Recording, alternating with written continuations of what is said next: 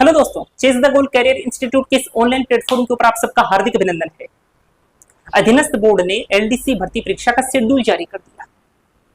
अब आप कहोगे कि इसमें नई बात कौन सी है, शेड्यूल तो इन लोगों ने काफी पहले जारी कर दिया था। तो अब एक तरीके से अधीनस्थ बोर्ड ने ऐसा समझ लो कि उस शेड्यूल के ऊपर मुहर लगा दी है, यानी कि जो आपकी एलडीसी भर्ती परीक्षा है वो किसी भी केस में अब 11 अगस्त से आगे नहीं जाएगी, यानी कि आपका जो पेपर है वो 11 अगस्त को ही होगा।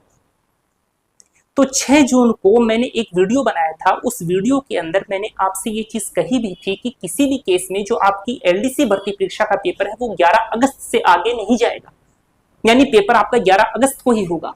इसलिए आपको अपनी तैयारी में किसी भी प्रकार की कोई शिथिलता नहीं देनी है, किसी भी प्रकार की कोई ढील नहीं देनी है, लगातार तैयारी करनी है। और उसी दिन मैंने ये भी कहा था कि 7 जून को आपकी जो 15 गुना की अभ्यर्थियों की लिस्ट है ना एलडीसी भर्ती परीक्षा की, वो भी जारी कर दी जाएगी। तो अब शेड्यूल आ गया, यानी कि जो पेपर है वो आपका 11 अगस्त को ही होगा। तो 11 अगस्त को ये जो पेपर होगा ये 2 पारियों में होगा, एक तो होगी मॉर्निंग शिफ्ट और एक होगी इवनिंग शिफ्ट। ये जो पेपर होगा आपका ये 11 अगस्त को है, 11 अगस्त 2024, paper first and paper second. जो पेपर फर्स्ट है, इस पेपर फर्स्ट की जो टाइमिंग रहेगी ये रहेगी 9 से 12, और जो पेपर सेकंड है इसकी टाइमिंग रहेगी 3 से 6। यानी कि कुल मिलाकर के इन दोनों पेपर के बीच में आपको 3 घंटे का टाइम मिलेगा, जिसके अंदर आप लंच वगैरह ले सकते हो। इसके अलावा थोड़ा बहुत रेस्ट करना चाहो तो रेस्ट वगैरह कर सकते हो, या फिर कोई ऐसा पॉइंट है जो आपको ऐसा लगता है कि आप बार बार भूल जाते हैं तो उस पॉइंट को बारी बार रिवाइज भी कर सकते हो, क्योंकि टाइम थोड़ा अच्छा खासा मिला, 3 घंटे का टाइम मिला है। अच्छा, एक चीज और, ये जो शेड्यूल है इस शेड्यूल के अंदर वैसे तो कोई खास चीज नहीं है, जैसे अदर एग्जाम्स के अंदर शेड्यूल आते हैं ठीक वैसा का वैसा ही शेड्यूल है।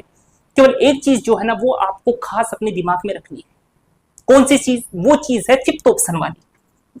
जो 5th ऑप्शन है ना, क्वेश्चन आर नॉट अटेम्प्टेड, ऐसा जो 5th ऑप्शन होगा उस 5th ऑप्शन को आपको उस केस में जरूर मार्क करना है जब आपने उन 4 विकल्पों में से किसी भी विकल्प को नहीं चुना।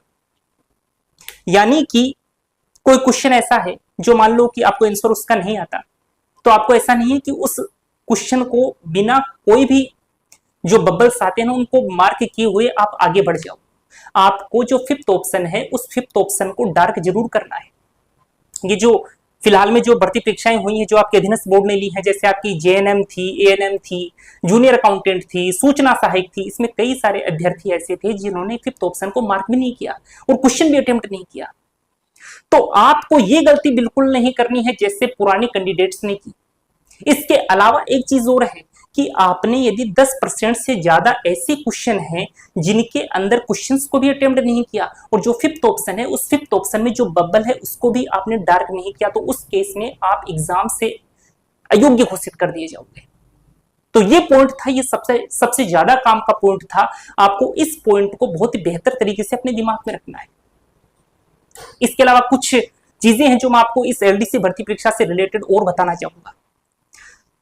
टाइम ज्यादा है नहीं, आज 20 जुलाई हो गई, 11 अगस्त को आपका पेपर है, तो कोई भी ऐसी नई चीज अब अपने को नहीं पढ़नी। यानी कि जो पुरानी चीजें अपने हम लोगों ने पढ़ रखी हैं बार बार उसी को रिवाइज आपको करते रहना है।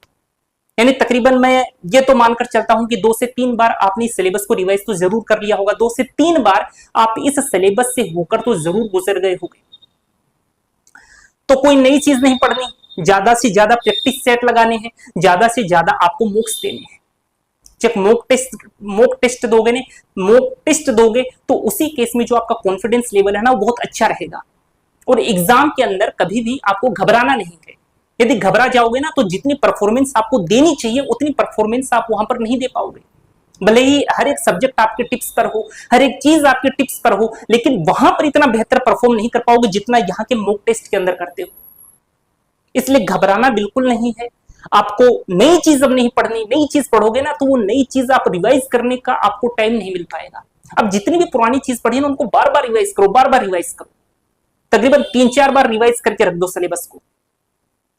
उसके बाद में मॉक टेस्ट देने हैं और उसके बाद में ही आपको एग्जाम के अंदर एंटर करना है। उसके बाद में देखना आपका कॉन्फिडेंस लेवल कितना अच्छा होगा। ठीक है दोस्तों, तो ये कुछ चीजें थी जो मैंने आपको इस वीडियो के माध्यम से बताने की कोशिश की। उम्मीद है कि आपको ये वीडियो पसंद आया होगा। यदि वीडियो पसंद आया है तो वीडियो को लाइक जरूर करना है और इसी प्रकार की एग्जाम रिलेटेड न्यूज पाने के लिए इस चैनल को सब्सक्राइब जरूर करना है। तो मिलते हैं ऐसी ही एक और लेटेस्ट इंफॉर्मेशन के साथ, तब तक के लिए धन्यवाद।